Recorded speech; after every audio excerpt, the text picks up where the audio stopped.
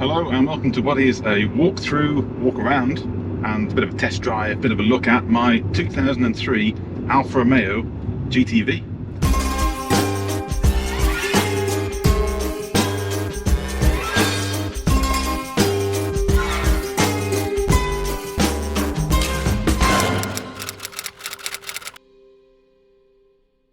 I'm currently stuck in some stupid traffic at the moment. Which will prove that it doesn't overheat at least. The Rosas are coming the other way as well. What's going on there? So yeah, this is my 2003 Alfa Romeo GTV. It's the 2-litre twin spark, which I know you're going to say, why not the V6? Well, when I bought it, the V6s, and even more so now, actually a few years later, the V6 is going for very high money. And to be honest, I'd rather have a really good example of a twin spark, 2-litre 4-cylinder, than for the same kind of money, and not very good V6. But they're solid engines. They're a lot lighter than the V6, so there is a lot of people out there who would say they handle better. To be honest, I've never driven the V6, but this handles like an absolute Formula 1 car. It's brilliant. You can't get it to lose grip, basically. It's so grippy, so it's great. But yeah, what I'm going to do is have a quick look around it. It is for sale, so obviously I am going to say about the good points, but I will point out some of the points that, you know, it's a 20-year-old car. There's going to be a few little bits here and there. We'll go into those, make it nice and fair, and have a look around the car and see what you think. In terms of a car to drive, I've really enjoyed it. I'm only selling it because I want something more practical. If you looked into these GTVs before, you'll know the boot space is like Ryanair hand luggage, pretty much non-existent. I need something a little bit more capacious than that, a bit more rugged, something I can use in a more practical sense. I've had this for 4 years. It's a really, really reluctant sale, I must say, but the time's come for a bit of a change, and I just want this to go to a really good home, somebody who will appreciate it, someone who will drive it. I don't want it to sit in a garage either. The mileage, it's coming up to, or very close to, 126,000 miles, which I know people say, oh, for all the cars, that's a lot of miles. It's 2003, it's not that old. This is not a huge mileage for these kind of cars. These engines are pretty solid. They're known to go on for quite a while.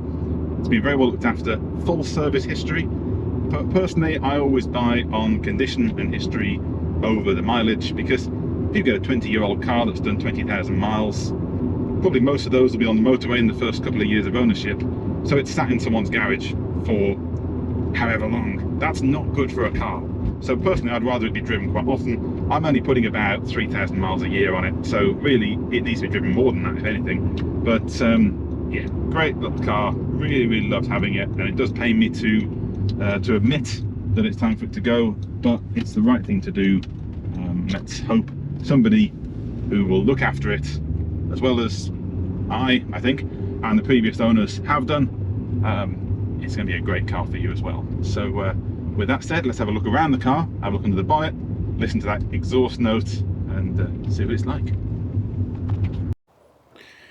Right, well, here it is. Here's a quick walk around. So the wheels are in very nice nick. The previous owner had these refurbished at rather large cost, I think. Around the back here, so the all very good. Paintwork's in very good condition. A few stone chips here and there, a couple of tiny little nicks, this sort of thing, but it's all very good. Considering, you know, it's been driven on the road for 20 years, there's going to be the odd stone chip you can't really avoid. Weird, tiny dent there that hasn't touched the paint. It's just tiny dent in the metal. I have no idea what could have caused that. Again, that's before I had it anyway. I'll go around here. Lovely badge on the bonnet there as well, and on this side as well, the wheels there also in very good nick, both front and back. One nice feature they had on the this is one of the latest ones. This is the 2003, so the latest that were built with the old twin spark engine, not the JTS, and these were built at Pininfarina rather than Alfa Romeo. So generally speaking, there's sort of smaller volumes produced, built by hand. They went to the trouble of doing things like galvanising the chassis, which if you've ever owned a 156, you'll know they didn't galvanise those. So this, well, obviously doesn't guarantee it'll never rust, but the chassis, everything else like that, is all just in a much better condition than other Alfas of that kind of age. Auto drop windows work nicely. There we go. And while we're on the subject of opening the doors, my camera's in the way there, but you see the lovely cream leather interior here. Back seats, for anybody who's owned a GTV, you'll know they are basically pointless I've got a microfiber cloth and some windscreen wipes there, and that's pretty much the back seat's full. So they're pretty tiny in the back, but it's handy for the odd bit of luggage, things like that. All right, so let's have a look in here. The interior, as we know, is absolutely lovely on these. For this kind of age car, you know, interiors in the late 90s, early 2000s were crap. But this is really nice. I put a Bluetooth stereo in here, this Alpine stereo, so it connects up to your phone. There's wired up into the headlining here, there's a nice little microphone. You can't see where the wires go. That means you can do calls, that sort of thing with your phone. Let's open the glove box here, which is full of crap. And one nice thing you'll spot if I point out the back window here is automatic opening boot lid.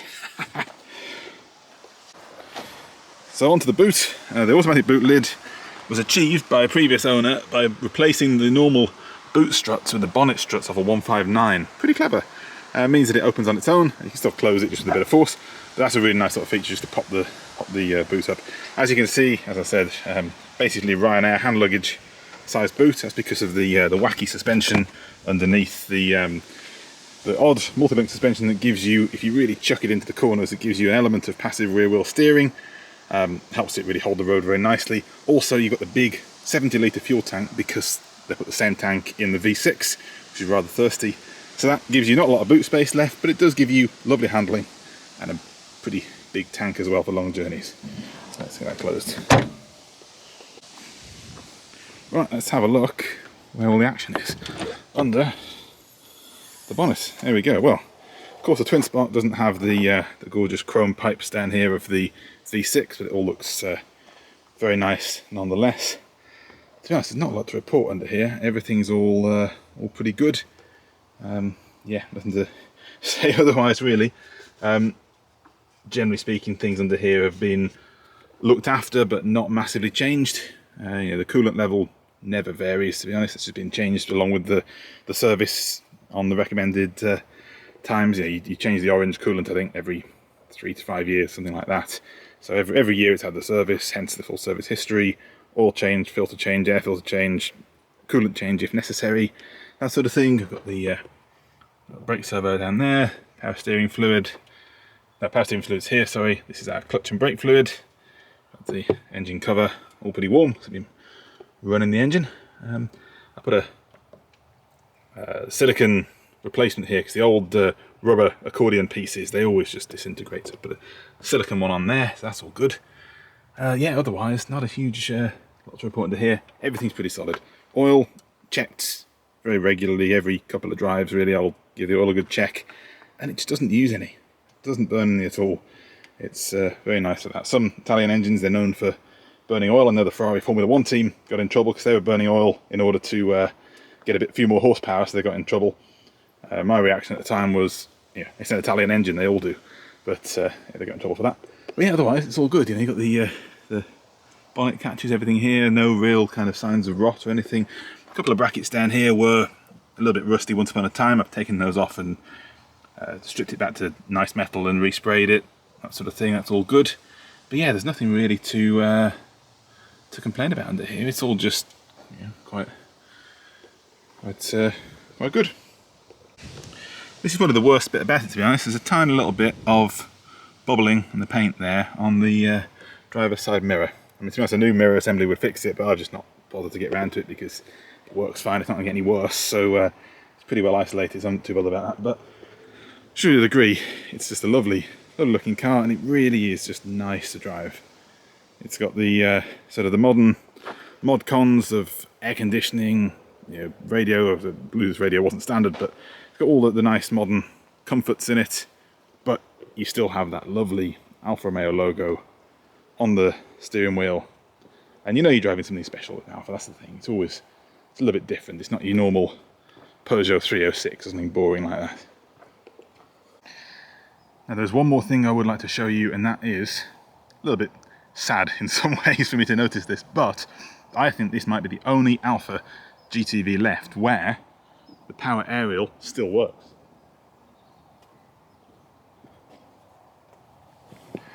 Wait for it. Look at that! These things, they never work. So I've just made sure to, that's all the thing, isn't it? Made sure to keep it just lubed up with a little bit of 3-in-1 every so often, just keep it keep it nice, but otherwise works lovely. Right, let's take it for a drive.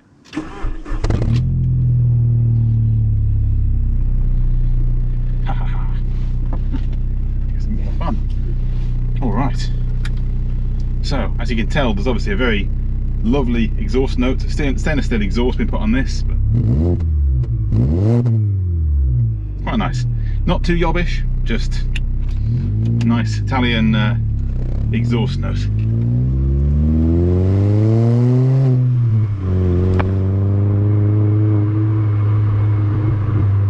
I do think with driving an Alfa, there's something about it. Also, the logo you see here, something about the feel of an Alfa. You know you're behind the wheel of something just a little bit different. And I have found. So I used to drive a Volkswagen Golf years ago as a young, early 20s, black Volkswagen Golf GTI.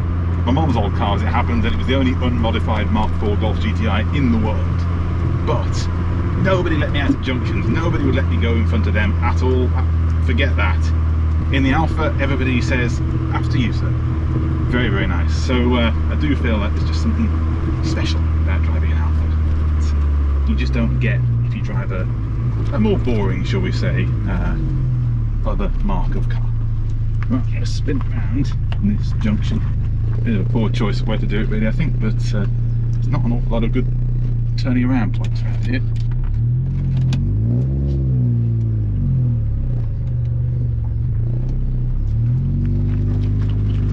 Right, let's take it for another spin up here.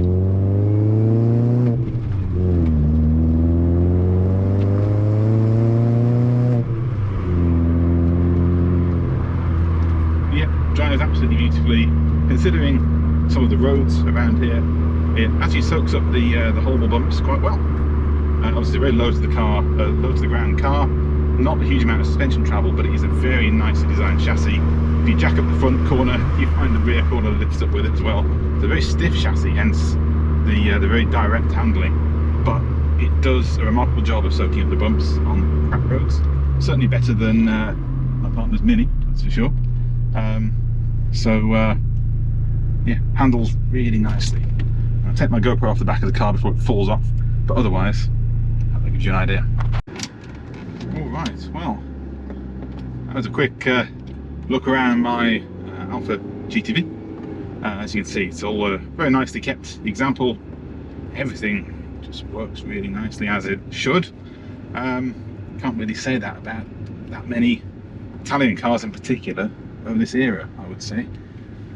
Because there's a lot of things can go wrong in 20 years for a car, and a lot of it comes down to how well they're looked after. And let's be honest, Italian cars need that a little bit more than a lot of others. So yeah, I think the previous owners, in credit to them, have done a very good job looking after this car.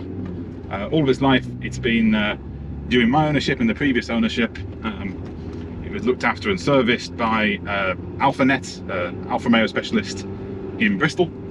Before that, lots of receipts, lots of service records and everything else going back mostly from AutoLusso, who are down in Bournemouth, who again, very highly regarded Alfa Romeo specialist. And to be honest, with newer cars, yes, the dealer has all the kit, all the electronics to do all the computerized bits, but when it comes to older cars, I'm not convinced the dealer's the right place to go, even if it were the same price as an independent, because if you get an independent specialist who knows the cars, knows the models, and in this case knows this car, the guy in Bristol remembers this car, he remembers what he was doing on it last time, that's the kind of service that you think, well, you can trust that, they know what they're doing.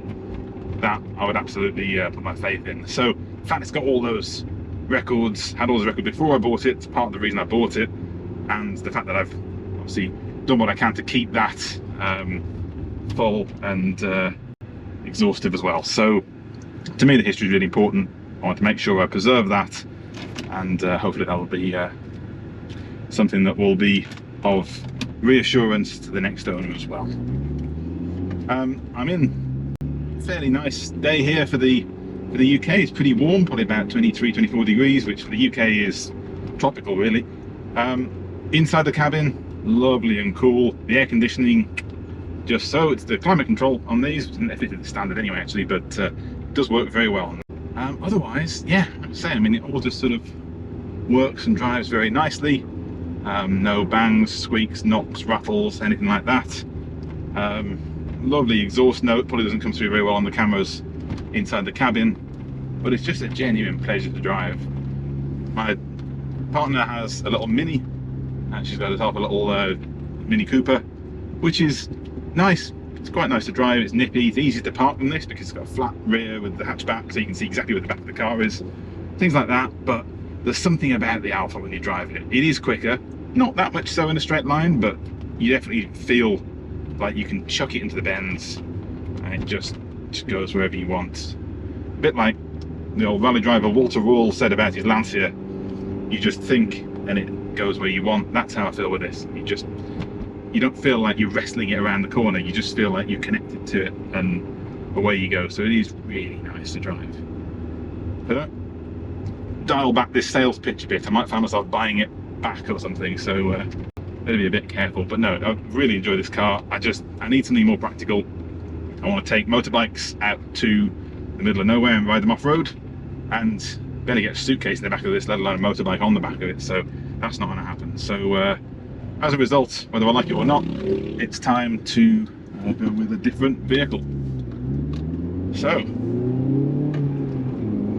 but I'm going to miss that sound. It's not the V6, I know that, but it still sounds so nice. The Italians know how to make the four-cylinder engine sound good, don't they? Oh, very, very nice. Yeah, hit me up if you fancy a car like this. To be honest, a lot of the points I'm making apply to any of these GTVs. If you're in doubt, I think you should have one. They don't go for silly money. A few thousand can get you a really good example of a 2-litre. You know, 3K, you can get yourself a nice example like this. It's got all the history, everything with it, everything working. I mean, you can't really go wrong with these things. They're so nice to drive. You can still get lots of parts for them, that's pretty easy. They're just brilliant cars and they handle so well. I challenge you to find a car for £3,000 that glues to the road like this does. It's that good. So thank you very much for watching, and if you're interested in buying this car, thank you for consideration, and yeah, get in touch. One interesting characteristic about the interior of this car is that if you rest your elbow on the armrest and then let your left hand just sort of fall naturally where it does, it tends to rest on the passenger's upper thigh. I mean, obviously you only do that if the passenger's happy for you to do that, but does rather speak to the stereotype this car was designed for, doesn't it?